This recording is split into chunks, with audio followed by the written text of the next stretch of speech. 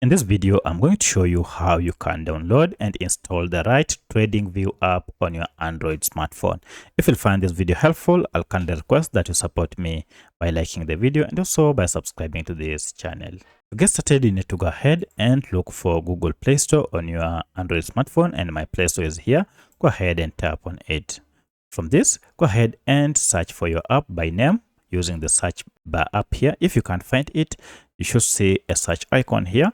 Go ahead and just type in TradingView as one word. Then go ahead and search by tapping on that. And you can see we have our TradingView app here. To know that this is the right app, make sure it is from TradingView company. And at the time of recording this, it has a star rating of 4.8 with over 760,000 reviews. And currently it has over 10 million downloads. The file size is around 50 MBs. So these are the details for this app, and the tagline for this TradingView app is track all markets. To get it, go ahead and tap on install, and this will go ahead and download the latest version of TradingView app and then install it on your smartphone.